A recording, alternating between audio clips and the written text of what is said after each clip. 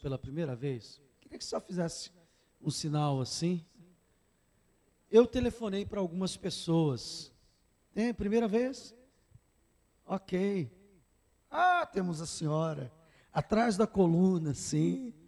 Seja bem-vinda, querida. Prazer tê-la aqui. Também temos ali outro. Ele não é a primeira vez não, César. Ele já é a segunda, tá? Já é a segunda. E depois da segunda já é de casa aqui. Amém? Então, a irmã que está pela primeira vez, receba essas palmas assim, como se fosse um forte abraço de toda a igreja. Amém? Deus abençoe abundantemente. Alguém que eu telefonei que está aqui esta noite? Ah, falei contigo. Como é seu nome? Anderson. É isso aí. Seja bem-vindo. Foi bom falar contigo por telefone. Eu tenho telefonado para algumas pessoas que têm vindo aqui pela primeira vez. Amém? Gente, nós hoje vamos falar sobre equilíbrio. E eu vou pedir a ajuda do Espírito Santo para isso. Meu Deus e meu Pai, ajuda-me nesta hora a ministrar a Tua palavra e que ela não seja letra morta, mas espírito e vida em nossos corações, Senhor. Eu te agradeço em nome de Jesus. Amém. A primeira vez que eu preguei essa mensagem foi em junho de 2001. Quando eu preguei essa mensagem pela primeira vez, fazem o quê? 11 anos. Depois eu preguei ela novamente. E por incrível que pareça, eu preguei essa mensagem por inteiro, em 2 ou 3 ocasiões apenas. Mas ela marcou a vida de algumas pessoas. E eu quero dizer a você que se você sair daqui hoje, com um pensamento que eu quero transmitir com essa palavra, eu já estarei feliz, porque eu sei que isso vai mudar alguns aspectos da sua vida. Abra sua Bíblia comigo, em 2 Coríntios, capítulo 5. 2 Coríntios, capítulo 5.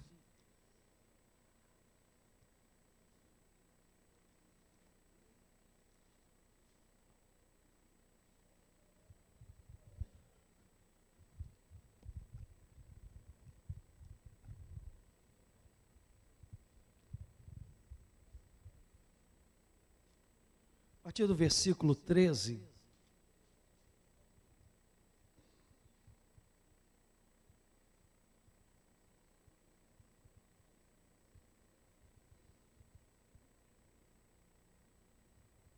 o apóstolo Paulo, escrevendo essa segunda carta, ele diz o seguinte: porque se enlouquecemos, é para Deus, e se conservamos o juízo, é para vós outros.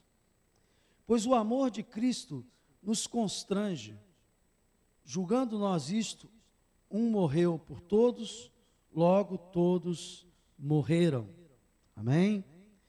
E ele morreu por todos, para que os que vivem não vivam mais para si, não vivam mais para si mesmo, mas para aquele que por eles morreu e ressuscitou. Assim que nós, daqui por diante, a ninguém conhecemos segundo a carne, se antes conhecemos a Cristo. Conhecemos a Cristo segundo a carne, já não agora o conhecemos.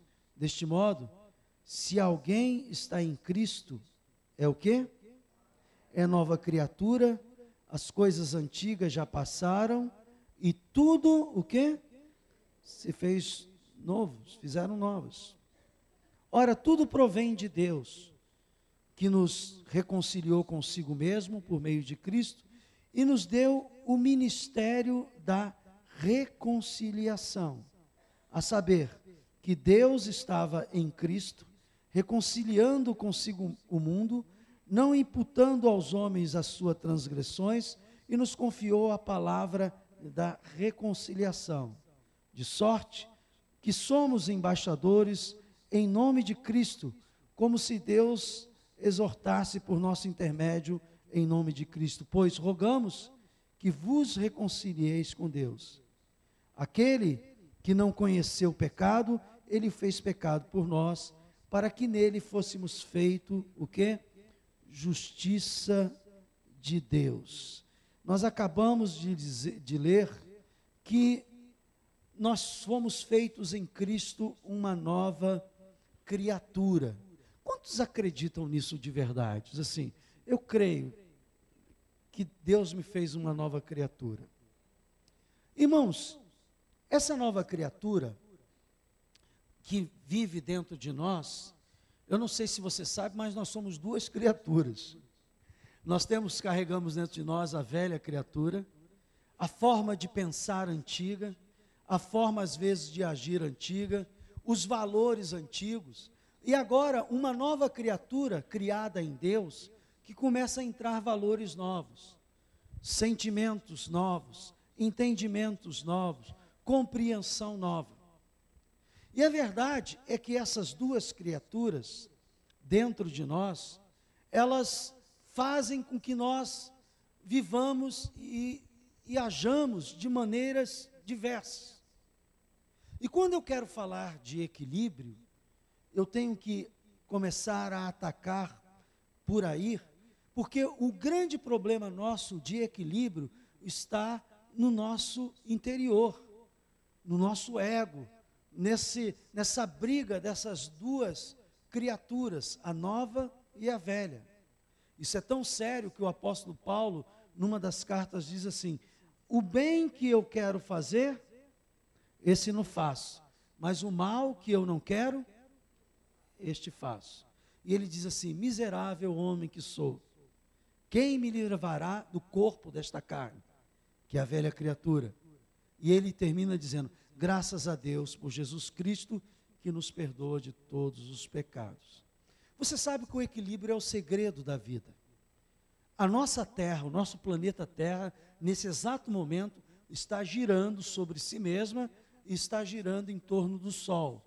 E ela está fazendo isso porque ela está em, diga para mim, equilíbrio. Equilíbrio é a chave do universo. Equilíbrio é a chave da vida. Os antigos sempre perceberam isso. Os próprios filósofos, e há muitas religiões que são fundadas em cima desse pensamento. Eu não sei se você já viu aquela representação do Yang, né, que significa o bem e o mal. Aquilo ali é uma representação de equilíbrio, né? Significa o equilíbrio do universo. Não tem nada a ver com o cristianismo, não tem nada a ver com a nossa religião, mas eu estou mostrando para você que os povos antigos sempre perceberam que o segredo do universo está no equilíbrio. Você vê que nós hoje estamos com um problema tremendo na natureza, porque nós criamos um desequilíbrio na natureza. O que está acontecendo com o nosso planeta internamente?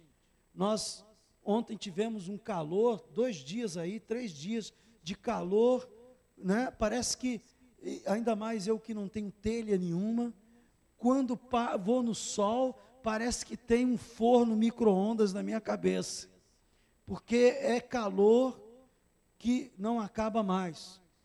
E o calor e o sol, parece que está, eu não sei se é impressão minha, se eu estou ficando mais velho, parece que o sol está mais forte. Quantos têm essa impressão?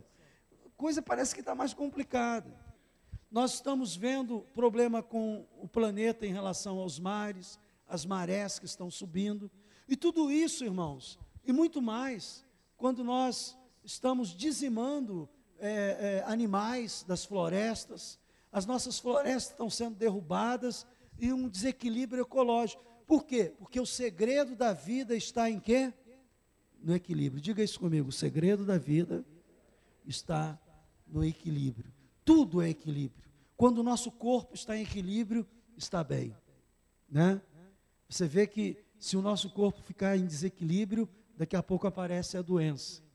Até mesmo o barrigudo fica desequilibrado, porque o plano de Deus não era para que nós fôssemos assim, né? Você manda uma pessoa mais gordinha fazer isso aqui, ó, né? Daqui a pouquinho ela está pendendo para um lado, para o outro. O desequilíbrio, ele está presente em vários aspectos. Por exemplo, socialmente. Quando há um desequilíbrio social, o que é um desequilíbrio social? Quando a injustiça, ela aparece na sociedade, ela é um desequilíbrio. Desequilíbrio de uns mais favorecidos, outros menos favorecidos. Isso cria, nós sabemos que a revolução comunista que aconteceu na Rússia, no princípio do século passado, em 1913, 14, 15 e até 1917, quando ela teve a sua explosão, foi por causa do desequilíbrio social.